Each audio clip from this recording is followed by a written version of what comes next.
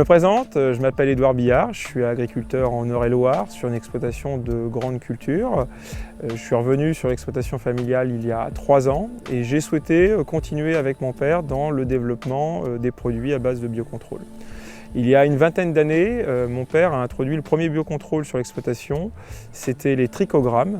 Nous souhaitions donc lutter contre la pyrale et la méthode chimique posait 2 inconvénients. La première, c'est qu'elle nous faisait rentrer dans la parcelle à un moment où les maïs étaient déjà levés, ce qui pouvait occasionner de la casse, et ne favorisait pas forcément une intervention au pic des vols de pyrale. Donc les trichogrammes nous ont permis de gérer facilement cette problématique et nous avons fait le constat que derrière nous protégions également l'ensemble des insectes présents sur la parcelle. Donc les trichogrammes s'attaquant uniquement à notre nuisile, tous les auxiliaires n'étaient pas touchés par l'insecticide et ce qui nous était favorable. Fort de ce premier succès, nous avons continué dans cette démarche avec l'introduction d'un autre biocontrôle qui est le phosphate ferrique. Il y a une dizaine d'années, nous l'avons utilisé pour remplacer un insecticide et gérer nos problèmes de limaces, aussi bien sur les cultures de colza que sur les cultures de blé tendre. Il a offert le même succès qu'avec un insecticide classique, mais nous a permis également de protéger l'ensemble des auxiliaires présents sur la parcelle et donc de ne pas avoir un effet de destruction totale des insectes présents.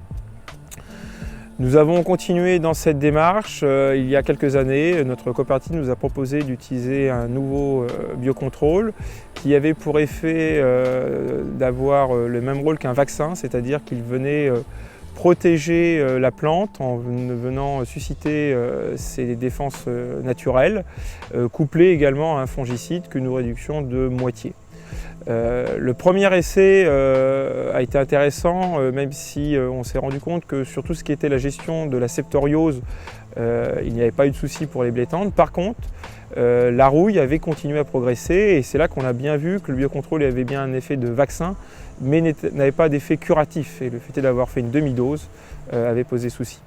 Donc on a fait le choix l'année suivante de reconduire, mais en prenant précaution d'intervenir plus tôt, de manière à bien être dans l'anticipation de l'arrivée des maladies et non être dans un phénomène curatif.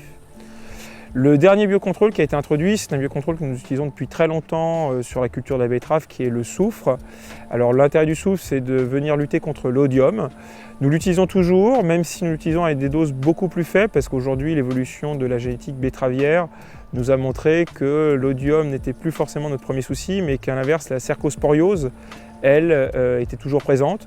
Donc nous utilisons toujours du soufre dans nos traitements, sauf qu'avoir un passage complet devient juste un passage avec un autre fongicide contre la cercosporiose. Donc nous avons diminué les incorporations de soufre dans nos traitements. Donc 4 biocontrôles aujourd'hui qui sont utilisés sur l'exploitation. Avec mon père, nous continuons à nous former aussi bien auprès de notre coopérative que la chambre d'agriculture de notre département pour voir si de nouvelles solutions apparaissent ou peuvent être techniquement mises en place sur l'exploitation. Mais le constat que nous faisons, c'est qu'aujourd'hui, nous n'avons pas augmenté les charges ni les coûts de production avec l'introduction de ces biocontrôles. Nous n'avons pas eu besoin de nous équiper non plus avec des nouveaux matériels spécifiques. Nous avons donc gardé une organisation assez simple. Et derrière, nous avons eu quand même une efficacité identique et même meilleure, étant donné que nous avons préservé, dans le cas de 2 biocontrôles, les auxiliaires qui étaient présents sur la parcelle. Donc ce que j'aimerais dire à ceux qui aujourd'hui se posent la question de se lancer dans les biocontrôles, eh bien ça nous a apporté 3 solutions. La première solution, en tant que chef d'entreprise, nous avons trouvé des alternatives à notre production tout en maintenant un coût de production identique et avec une efficacité plus probante. La deuxième solution, elle est en tant qu'agriculteur, ça m'a permis de produire mieux tout en répondant à des objectifs de rendement et en réduisant la quantité d'intrants apportés sur ma parcelle. Et une troisième solution en tant que citoyen, cela m'a permis de participer à la protection de l'environnement et de réduction en tout cas de notre impact sur la planète.